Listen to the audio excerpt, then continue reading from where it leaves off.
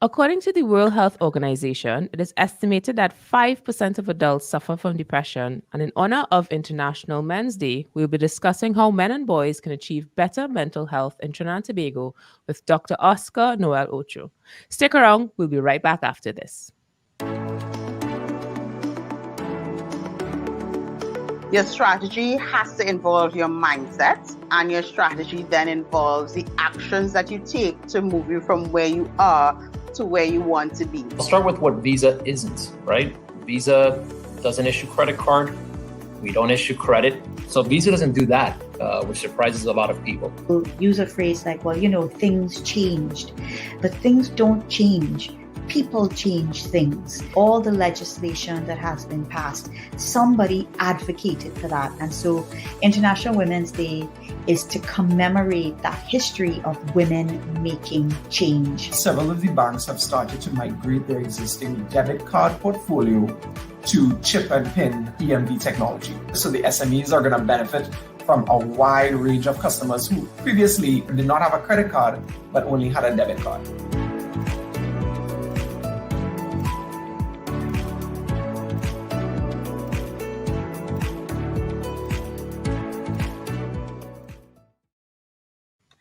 Good morning and welcome to the live series Straight Off the Bat. It's a show that covers the need to revive, survive, and adapt to the new normal of COVID-19. Join us on Thursdays as we speak to individuals across multiple industries who will help you understand financial literacy and education. If you're joining us from Facebook, thank you. Don't forget to like and follow our page to continue seeing content that will help you manage your money. Today, we're discussing better mental health for men and boys in Trinidad and Tobago with Dr. Oscar Noel Ocho, the Director of Nursing at the University of the West Indies, St. Augustine campus. Now, you might be thinking, what did this have to do with money? Stick around because our mental health affects every aspect of our lives. A little bit about Dr. Ocho. He started off his career as a nursing assistant trainee at San Fernando General Hospital in 1981, which is before I was even born. And prior to joining the faculty at UWI, he was a public servant for 34 years. Dr. Ocho is a population leadership fellow at the University of Washington and a Caribbean Health Leadership Institute scholar. He's also the director of the PAHO Collaborative Center for Nursing and Midwifery. He enjoys the radio talk show called The Afternoon Drive at I-95.5, which I had to ask him about. So let's welcome Oscar, because I had to ask about this radio show. I think he's stuck. Oscar, I don't think... Yeah, I don't know. This is quite a way to start. Oh, thank you, Desiree. Yes. Yeah.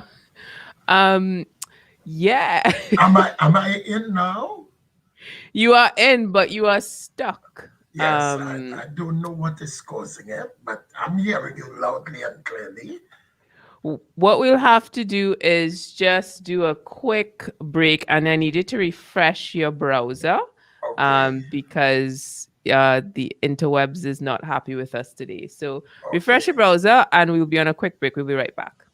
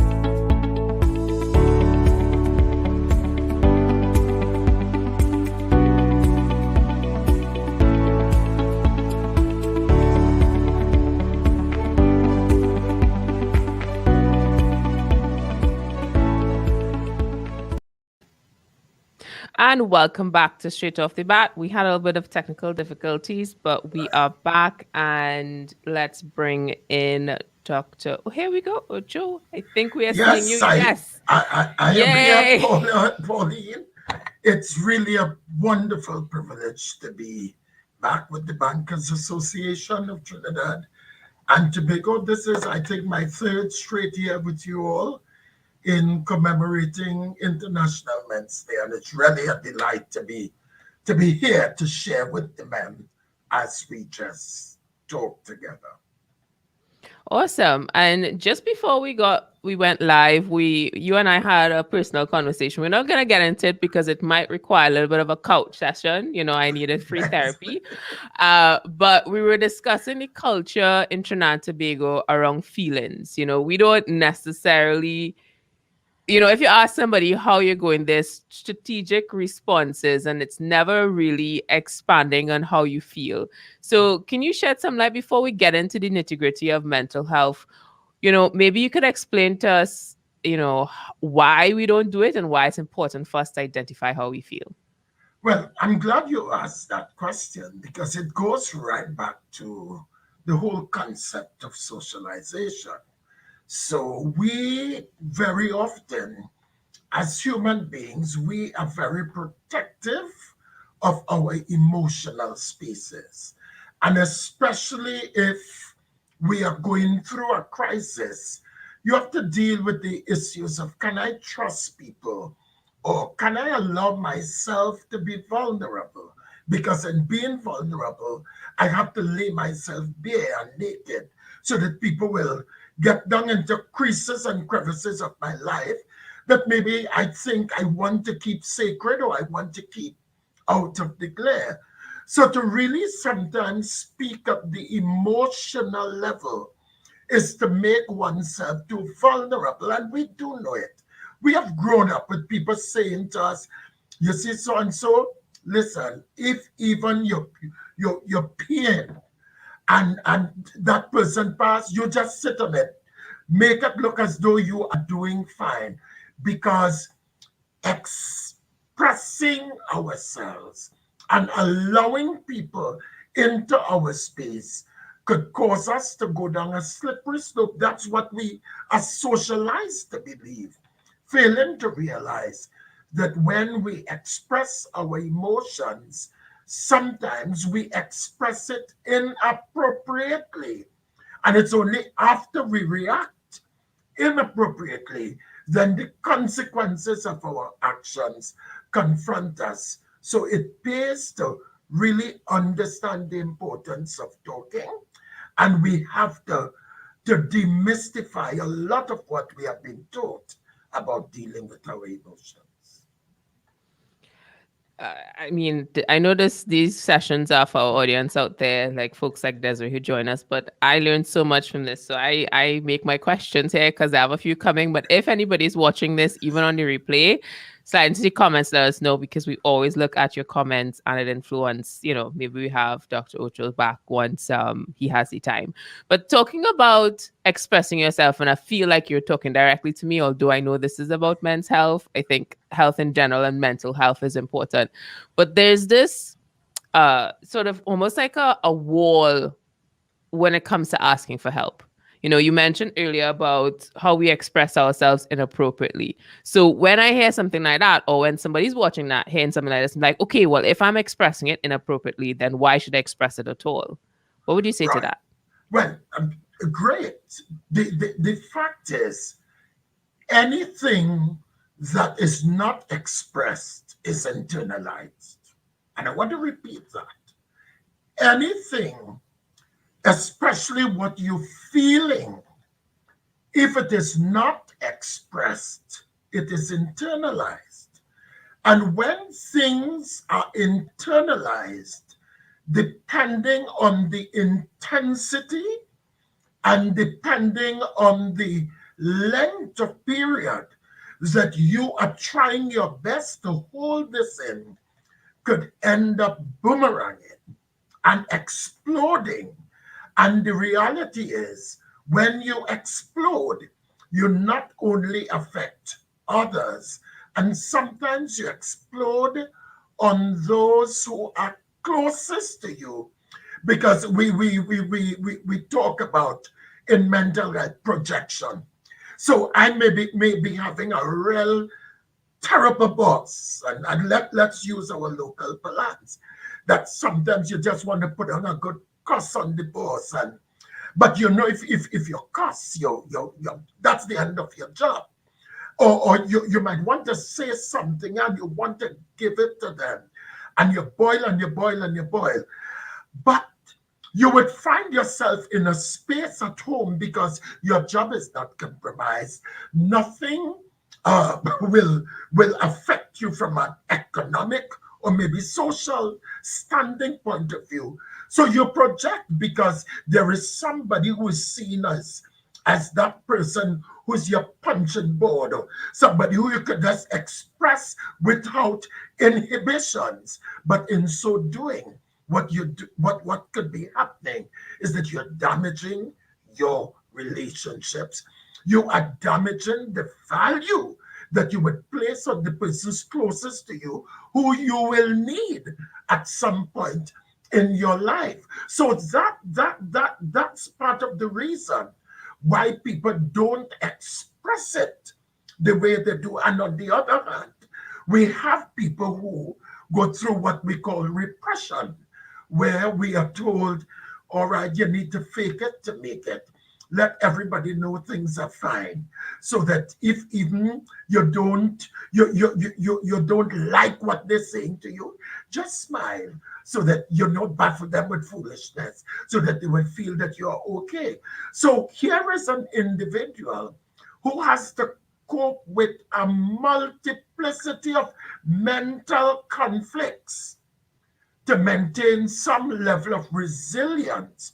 One, in order to maintain their social standing or even their economic standing. Wow, that is a lot to process. And I could see it actually not too far-fetched from my environment. I do have a male family member who internalizes everything and is there's this inability to have a conversation. So I try to have a conversation. I try for him to share, but it never happens. And then I feel flustered because I'm just like, I'm trying to help. But you mentioned about, being able to be a punching bag to somebody, but then there's the flip side where that person is almost like an internal punching bag for themselves. So how does a person who is, trying to help that person come out of that space? Where do that person begin? Right. Now, the reality is, even the process of reaching out for help has to begin with an understanding and an acknowledgement that I have a problem. So except the person acknowledges that he or she has a problem, then the problem doesn't exist. The problem is you who believe and perceive that I have a problem, but I'm all right. You look at a person who drinks and you say, but why do you do that? You're damaging yourself. I do have a problem. I could control my drinking. I'm just a social drinker. And you say, okay, fine. And then the person comes home drunk and they say, well, that's just a one-off thing. So accept the person acknowledges I have a problem, and two, except they are ready to receive the help that is available, you might find yourself frustrating yourself. And we sometimes believe that we could be the go-to and the fix-it person for individuals. There are some things we have no control over, and we have to recognize sometimes that we are limited by what we could do, even with our best intentions. Yeah, it's interesting because, we are in a very digital heavy world where these memes are telling you all these things that we are taking for for life advice. Desiree asked, what did she ask? She asked about, is it wrong to fake it to make it? And I really would love to hear your response to that, because you see so many memes telling you what to do with your life, and you're telling us, Dr. Ocho, that it's all wrong, it's all a lie.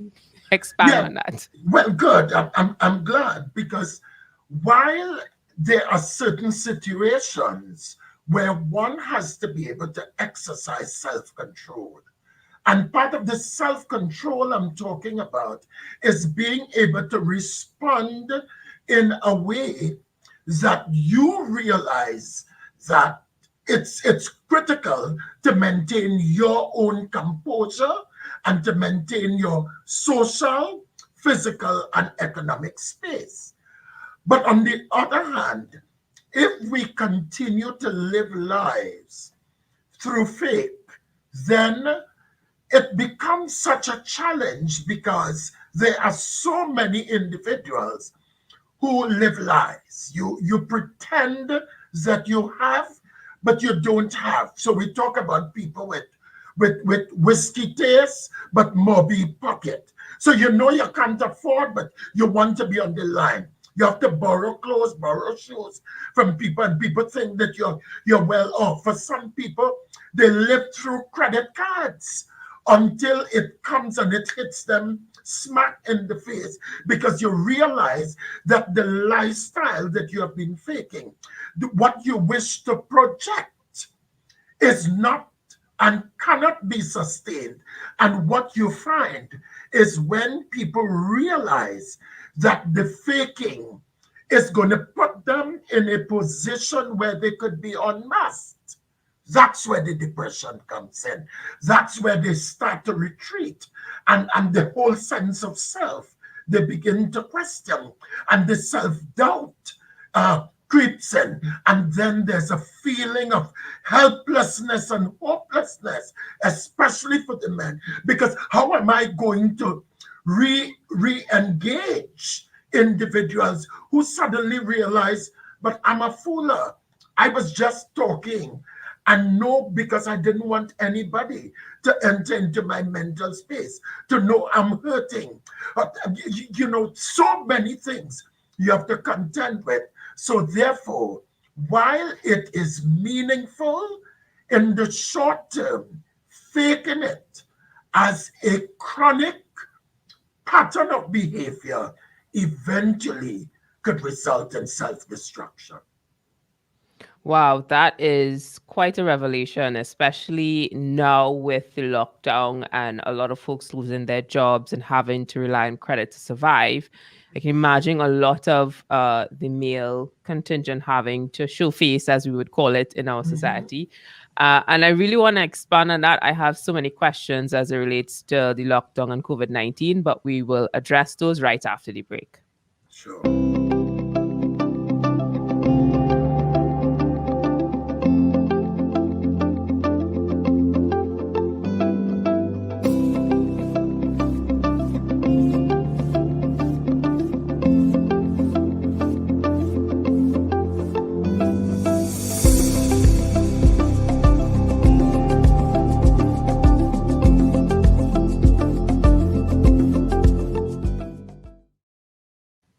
And welcome back to Straight Off the Bat, a show that covers the need to revive, survive, and adapt to the new normal of COVID-19. If you're joining us from YouTube, thank you. Don't forget to smash that subscribe button and continue seeing content that will help you manage your money.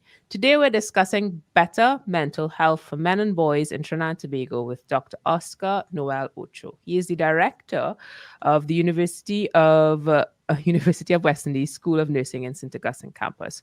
So let's bring back in Oscar, as he allowed me to call him, because I just feel like after so many years of school, which I don't have anything close to, but that's okay.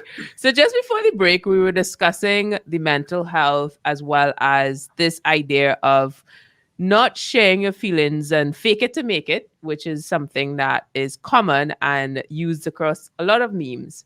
And then that ties back into our relationship with money, because within the effects of the lockdown, a lot of folks would have lost their jobs. And within that space, they're not able to, maybe do the same things that they'll be able to do, be around these same people they usually, because friends are also important how you spend money. So what can someone do if, how do they identify these feelings are coming on board? Is there a way to see something is about to happen within yourself? Now, yes, there are ways to recognize that some things are happening in your life. But the reality is one has to be in contact with one's emotion. And I just wanted to step back to come back to this question, because I think it's critical for us to recognize that men are humans with emotions. But there's an expectation that as men we are strong and invincible, and we often wish to maintain that expectation. So you see the conflict right there. We are strong, we are in control, we are invincible, we can manage things.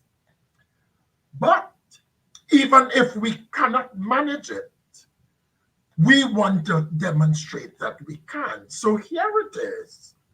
What COVID-19 as a virus has taught us is that it pervades every aspect of our being. So let's take a situation where a man, he has become underemployed or unemployed in this COVID context. And he has a wife who looks like a fruit, dressing up well, smelling like a rose. You could smell her a mile away, and she drives her car. She goes to a work environment, and while he is at home trying to see how I could get a sense of who I am, he begins to doubt and question. I wonder if somebody in the office giving her attention. I'm wondering if another man is giving her money. And you know, as men, we know if you give money, you want something in return.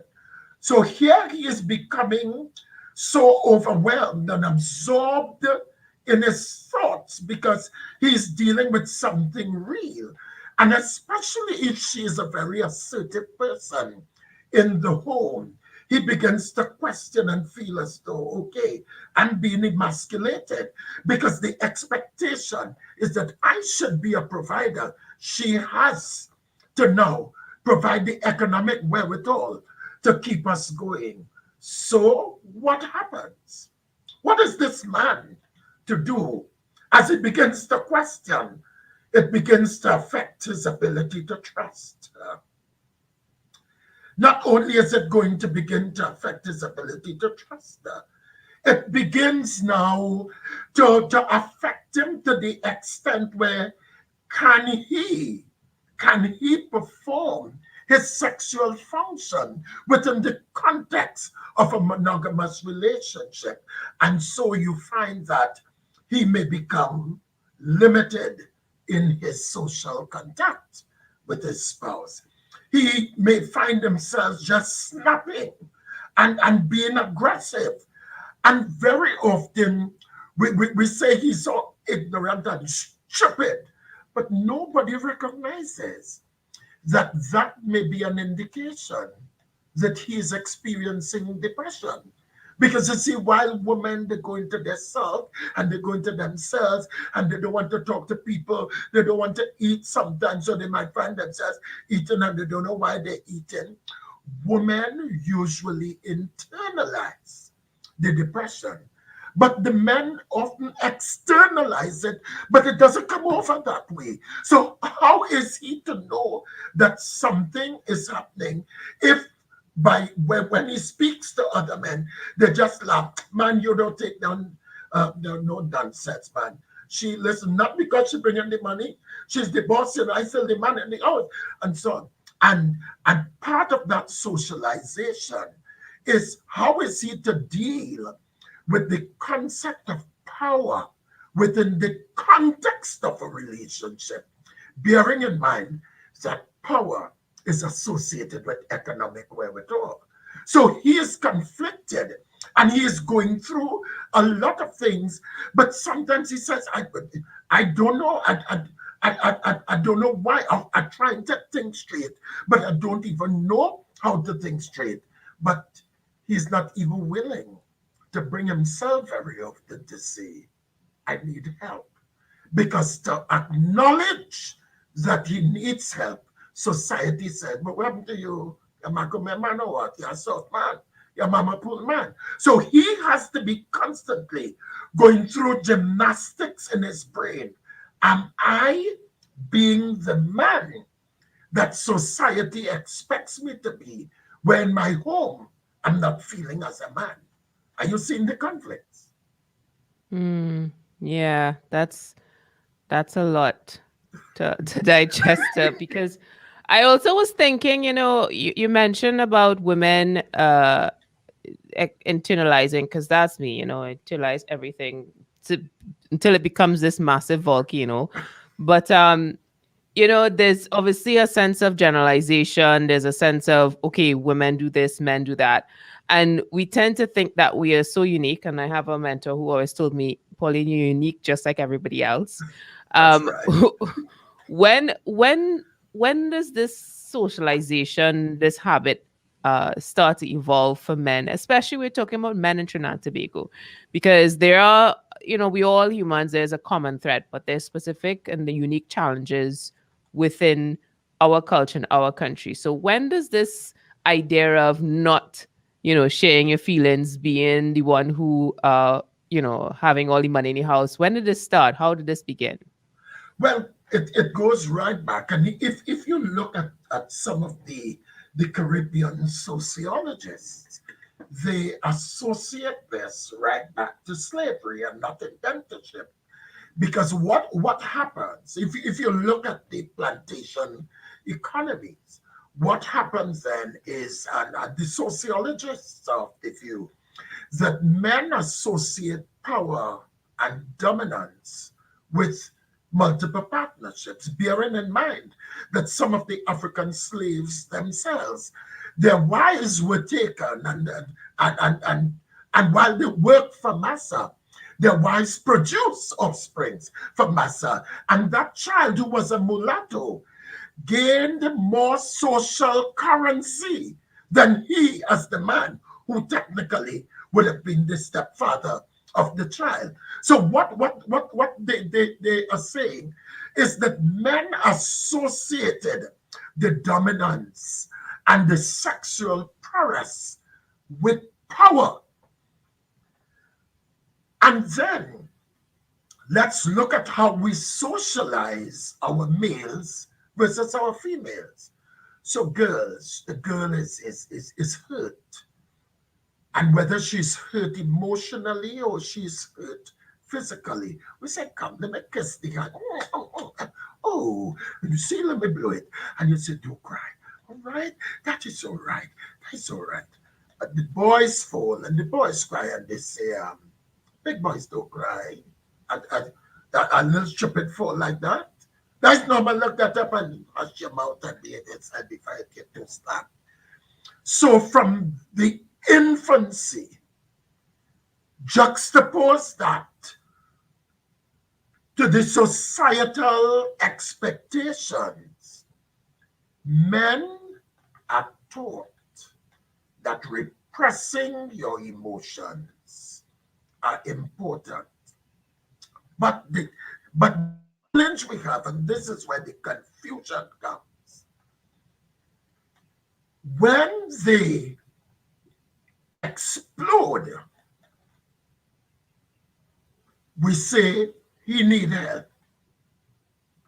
But who is creating the space for that man to recognize that I need help? Now, part of the challenge that we have, and you look at the literature and the conflict that some men contend with, is should I care versus not caring for my health? Because that now is rooted and centered in another sociological discourse, the discourse about masculinity, the discourse about if you subscribe to a man with hegemonic masculinity, then risk-taking is normative. Then you're not caring about your health and yourself, just behaving as though nothing matters, that's hegemonic masculinity. But they even look at men with lower socioeconomic status. And sometimes with that lower socioeconomic status, they now try to compete to demonstrate that they are total unsound men. It's just that they don't have the economics. And you may find that they adopt social behaviors that to prove then that not because I don't have, I cannot be. And on the other hand, you have those who are in same gender relationships who then may be more conscious and considerate about how they take care of themselves and their health and so on. But society then will put them aside, waste them down, and we are policing of some of these behaviors. So this kind of conversation is very important because what it helps us to do, it helps us to not just look at compartmentalizing men, but to really start looking at what are those social nuances that may be causing men to behave the way they do, and how can we begin to change the narrative? Yeah, that, the conversation around when you started with slavery is something that I don't think we speak enough about either, like the history of where we came from. I almost feel as though it's brushed underneath a carpet somewhere. And looking back at what I was taught in primary school, I really wasn't, a lot of things I learned about my history is through Hollywood movies. And I don't think that there's a lot of nuance that happen in the Caribbean that we are not told. And it's something that, it's uncomfortable. Let's be honest. Nobody wants to have that conversation. But based on what you're saying, it's affecting us right now. And it's something that we need to expand on, especially within our mental health. So there's a lot of comments in the section. You have literally hit a nerve with a lot of people. So we're going to address a few of the questions right after this.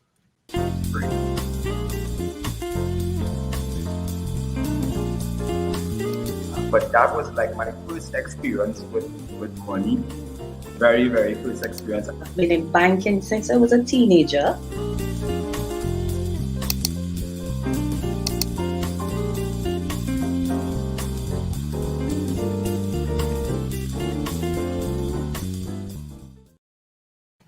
Welcome back to Straight Off the Bat, a show that covers the need to revive, survive, and adapt to a new normal of COVID-19.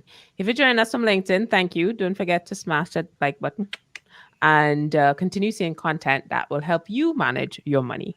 Today, we're discussing better mental health for men and boys in Trinidad and Tobago with Dr. Oscar Noel Ocho, the Director of Nursing at the University of the West Indies St. Augustine campus. So let's bring him in because he's an avid listener of I-95, which I found very interesting because my radio stopped working in my car, and I'll be honest, transparency, I don't want to get a fix. Every time I see the radio, I'm upset, I'm annoyed. The way I remember the last time I was triggered, one of the broadcasters was talking about how he would never go out with a woman who have a shaved head. This was in October, breast cancer month, and I was like, nope, radio is not meant for me. And what was your response when I told you about the radio? Why you listen to it? I find it very interesting. I think our audience should know. Yeah, for me, I love talk shows because I think it's critical for my own mental wellness to hear what people think. Sometimes to get the differing perspectives so that it helps you to realize, but okay, that's how you think, that's fine. Because if you don't manage how you conceptualize and how you process things, let me tell you, you will be living forever on pins and needles and being upset for no reason, while many of these people, they are smiling all the way to the bank for some of the nonsense that they speak, for some of the philosophical ideologies that they hold on to. And they're being invited to talk all over the world. And you are there fighting up, damaging yourself, and they are eating and they are wining and dining with some of the finest and some of the best in the world. And you will never get that opportunity because you do not allow yourself to be vulnerable enough to confront things even when you may not necessarily agree with it. You know, Oscar, why you had to come out so? You know, I feel like No, I feel like didn't. the show did not. I feel like this was unnecessary, and this is about the mental health of men. This has nothing to do with me. No, it's Didn't not have to you. call me like that. Did you guys hear me? Just I thought I was off. Okay. Oh, you're muted. Oh, Yeah. okay. Yeah, there we go. Yeah. Yeah. So when you were talking, I was just like, I need to leave this show because this. Let me No, I'm glad you're move on. here. Let me move on. All right. So let's go back to something Kevin said, which I found very interesting. And I think it's relevant. It has to do with the absence of proper male influence. And you mentioned, earlier about having a space for men. And I know Kevin mentioned in comments as well of having the right people around you. But, I want to expand on that because the proper male influence to show the strong side and the soft side in a boy's life leads to a lot of confusion in the child's life. You want to share a bit about that? Yeah, and Kevin is extremely right. There are lots of studies which have shown the importance of males in the lives of not only boys, but girls. And it is believed that there is an important role that males play in the life of boys because it helps them to model who a man and what the concept of masculinity is. Now, that is becoming very debatable and fluid, bearing in mind now when we look at the social construct of what family is, where you have same gender persons now having the opportunity to adopt children. So the child has two daddies in the home. And how is that child to understand and unpack some of those things, but notwithstanding some of the sociocultural nuances, the literature supports the role of the father. The challenge we have is when the father is a present alien. And what do I mean? The father may be present, but he's not seen as the authority figure in the home.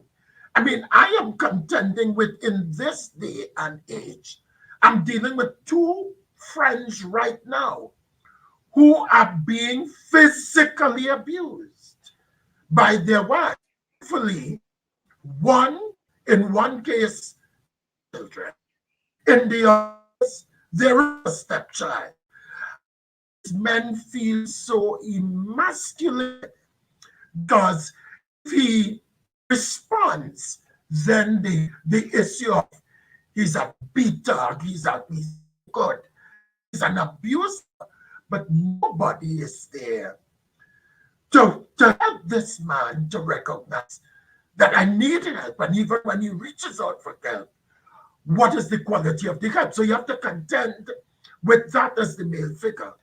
But the studies also support that boys and girls who grow up with fathers do better in school because there's that sense of security, there's that sense of safety.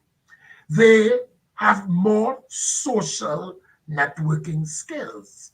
And in the absence of fathers, you have greater levels of truancy, greater levels of being incarcerated, and problems with the law. So yes, but I also wish to see that even if you never had it in your home, this is where we have to start looking at persons in our community, whether it's the church, whether it's a social network group, to be able to network. For example, I have a young man, right now he's 43. And At this age, he has started to call me Pops because he said, you taught me what a father is like. So here it is. Every morning, I am on my way to work and I have to be calling my son of 43. So anything he wants to get Pop's opinion. So even if you're not a biological father, it's important that we understand our role in investing in the lives of young men, because too many of them are fractured and broken, and they will go on to not only live broken lives, but to break hearts of a lot of our daughters. Yeah, it's in hindsight, looking back at you, because how you mentioned earlier about how we treat kids, and if you cry, don't cry like a girl, things like that. And now you're seeing a lot of images and these Instagram stories about boys having friendships, hugging, showing emotion, which is something that it feels so foreign, but it's conversation we're having. But when you're older, it's a little difficult because obviously there's certain habits that are there. But Right. if you are in a position where you need to get help, but you don't necessarily fall into specific categories, like you don't necessarily go to church, you don't have somebody you can rely on, where does that man go? Where does he go when he feels like there's nowhere else to go? Well, in fact, that question was answered during my data collection for my doctoral thesis, because I really wanted to understand who is a man, how are men socialized to be men, and its implications for social health and social policy. And I remember having a focus group with some footballers, some young sportsmen. And we were talking about this. Well, who is your role model? And they spoke about how difficult it is to have a role model, because the men themselves were so conflicted, because they said, listen, there's a difference between a man and a real man. So, and I'm saying, but what do you mean by there's a difference between a man and a real man? Well, a man, a man not plenty of man. A man, you will provide for his family, but he's not really responsible. But a real man is one who will have only one wife. He wouldn't be running around the place. He can be able to say, I'm sorry. He takes his responsibility. He's looked up to as a model. But it's real hard to be a real man. So here it is. They have dichotomized what they see as real from what they expect as ideal. So what the young men said, they said, listen, you know what we do? We just look at certain traits and habits and we say, all right, you see in this one, I like this about this one.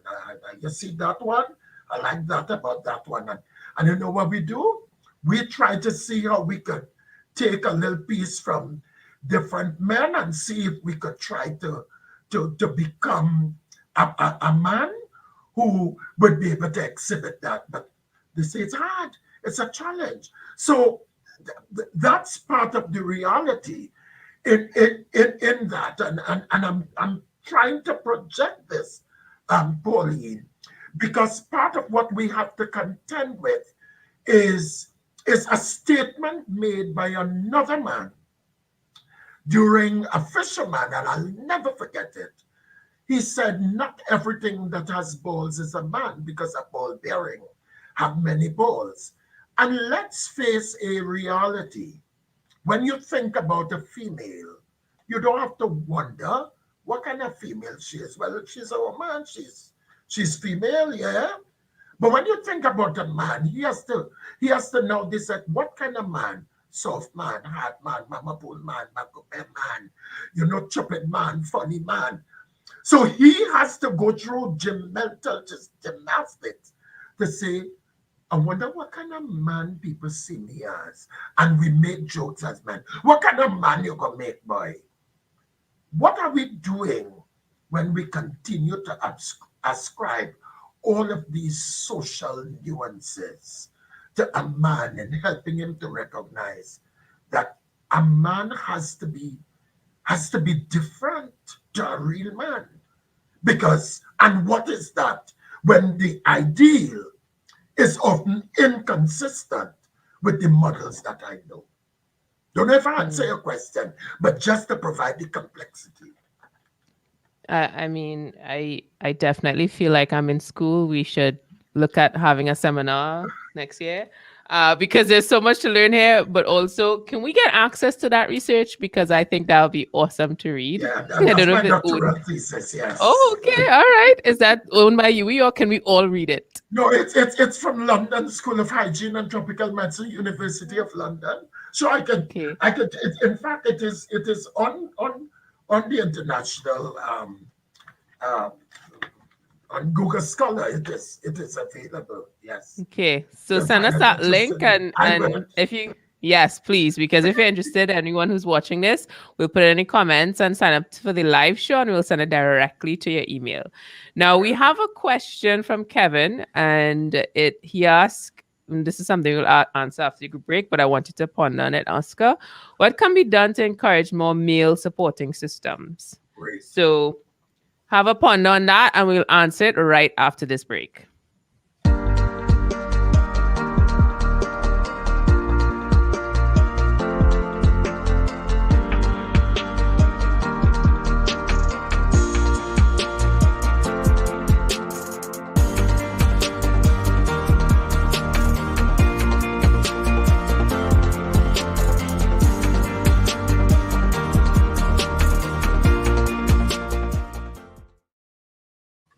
Hey, good morning, good afternoon, good night, depending on when you're watching this. Welcome back to the Straight Off the Bat show, a show that covers the need to revive, survive, and adapt to a new normal of COVID-19. If you join us from Facebook, smash that like button and be notified when we go live, because I think you want to learn about how to manage your money. And today it's a very interesting conversation because your mental health is directly correlated to when you take out that credit card and you make really bad decisions. I'm talking to myself, I'm not talking to you. Today we're discussing better mental health for men and boys in Trinidad and Tobago with Dr. Oscar Noel Ocho, the Director of Nursing at the University of the West Indies St. Augustine campus. And we had quite a lot that we covered over the last 45 minutes, but we're going to go into a question that was submitted by Kevin because the conversation is around mental health for men in Trinidad and Tobago. And he wants to know what can be done to encourage more male supporting systems. Oscar, take it away. Right. Great. I think one of the first things that as a society and as men, we need to recognize that joking, because we function in a society where picking and laughing at people is a norm. We need to realize that there's no health without mental health. And therefore, one of the things we have to learn to do is to recognize that no challenge or no problem raised by a man is not a problem. The fact that they have raised it means that sometimes they are reaching out for help. Even if they want to say, I have a partner with so and so and so and so, and really and truly it's about themselves. So we have to learn to recognize that we need to validate individuals with their concerns. 2, we need to create spaces where men could be comfortable to know that if I share, I would be respected. I will not be laughed at. But we also need to stop wasting down people or trying to tell people that is not a problem, big man like you. We need to encourage men to recognize that seeking help is being macho. You understand? Because in our society, we have to be invincible, and therefore, if I acknowledge that I need help, something is wrong with me. The manly thing to do is to recognize that we need help. And sometimes we need bosses who are more sensitive to the needs of men. Some men are coming into offices, dressing well, smelling well, looking nice, but they are going through so many mental health issues, either with their relationships, either with their children, looking at their economics. Some men have broken relationships, and people feel that when a man breaks up a relationship, he's fine. Some men go through their depressive states, their financial challenges. So we need to create spaces, and I want to commend BATT in this instance because, as I say, for the last 3 years, I've been a part of the fora that you have been having because it's creating a safe space and a supportive system. But we also need to encourage our women to recognize and treat our men with deference. Not because, yes, they are men and we expect them to be strong. Men are emotional too. Give them that space to express their emotions. Show a greater level of understanding because a man who is able to express his emotions and make himself vulnerable is a man who will care for you more than you will ever imagine. Yeah, I'm gonna make some notes for my Tinder profile. Shh. So what there's something I made notes of here, and I see a lot of it within our culture, which is peacock. We tend to use humor as a way to actually no, I don't even want to say. I want you to share out there Yes. because I don't want to put my emotions and my experience in it. But I want to ask why, when it comes to mental health in Trinidad and Tobago, specifically for men, why do we use humor in order to I don't know. I don't know why we use it. Why? Just leave it at that. Well. I guess we use it because one, we don't want to confront the issue. Because we laugh it off, we joke it off, there's a little thing, a small thing. Or we may want to change the conversation, not only because we don't sometimes want to confront it, but I think oftentimes it's because it makes us uncomfortable. You think about yourself, when you see a man cry, the first thing you want to do is you don't know why you're crying. Snotty nose. You can, because in your mind, but a man not supposed to cry, but he well hurting and I don't even know how to help him. Ah, so we have to recognize that we do that because it's our way of masking and being unwilling to confront an issue sometimes. So is that learned behavior? How is that something that's so Sure. popular? Sure, it is part of our socialization. It's a learned behavior because you realize that if there is an expectation, then that men are supposed to be stoic, and you look at the literature, they're supposed to demonstrate control. You look at a man, his wife is going down in the grave. And there he is standing. You can see if you give him a chance, he bites off his jaw because his teeth are grinding against each other because he has to have to be strong for the children, have to be strong for his mother, have to be strong. And then what happens to you? You go home and who is there for you? Because you're strong for everybody because you are the maverick. But at the end of the day, when you are into your own lonely space, that bed is now empty. Nobody to hug up and to give a little sex to. Nobody to talk to and laugh and to share. And nobody thinking about you. And you're thinking about everybody else. Because why? Society say, yeah, boy, he's strong, boy. When I tell you he stand up good, he stand up good. But he's broken.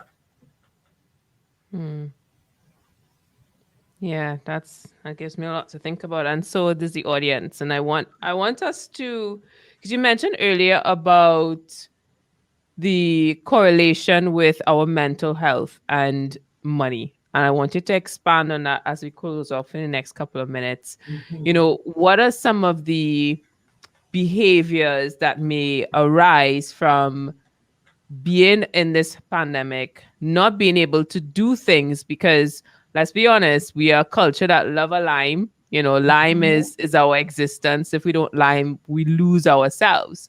So when you lose piece of yourself, there's certain behaviors that will show up that Yeah. translates to how your relationship with money is.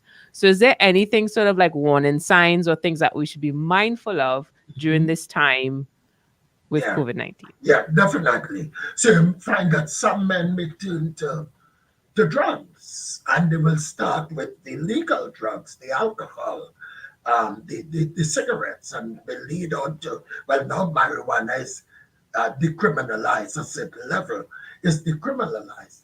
So you find that some men may drown themselves in drugs. You may find that some of them may take up gambling because they want to and you see, gambling in and of itself is very addictive. What is very clear is that in a lot of instances, a lot of men now have become very abusive in their relationships because they know that they cannot live up to the expectation and the power that they have left is the physical power. So abuse becomes normative. But you know, something that the literature is showing that we don't talk about is how do we deal with the young men who are being sexually abused in this particular period. Those men young men who are unemployed and they might be educated, and you have some of these older men who hold down well-paying jobs and they have their families, but they're looking for a tight fit now for their penis.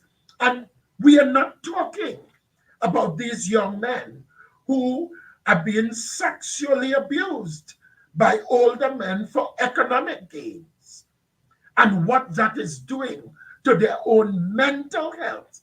So when you see them acting out and you see sometimes the exacerbation of the murders and the physical trauma that people are experiencing, very often people don't look you know, at some of these social nuances, but they're evident, but we don't talk about it because we shouldn't speak about it. It's too uncomfortable.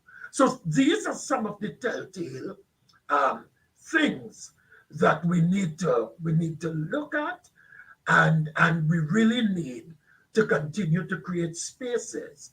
And I really want to underscore, Pauline, and I want many to get nothing to get. If you need help, reach out for it. It is natural. Okay. I believe it is safe to say to be a man means to ask for help.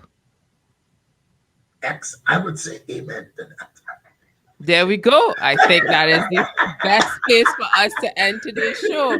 I mean, there's so much to learn here. And I think, folks, if you're watching this, you should definitely share this on your profile or share it with somebody who you may think need to have the discussion, but doesn't feel as though they want to have it with you, because this information is so important for all of us. It affects all of us. If it's one thing COVID-19 has shown us, we are all connected. So thank you so much again to Dr. Oscar Noel Ocho for sharing his insight and letting us know about what it means to have a better mental health for men in Trinidad and Tobago. And don't forget to check any links in the comment section and sign up to be notified on the next live show. And as always, be sure to like and follow our pages. We are on LinkedIn, Facebook, and YouTube, because I know everybody has a favorite. So you get notified every time we go live. Thanks again and see you soon. Bye. Bye.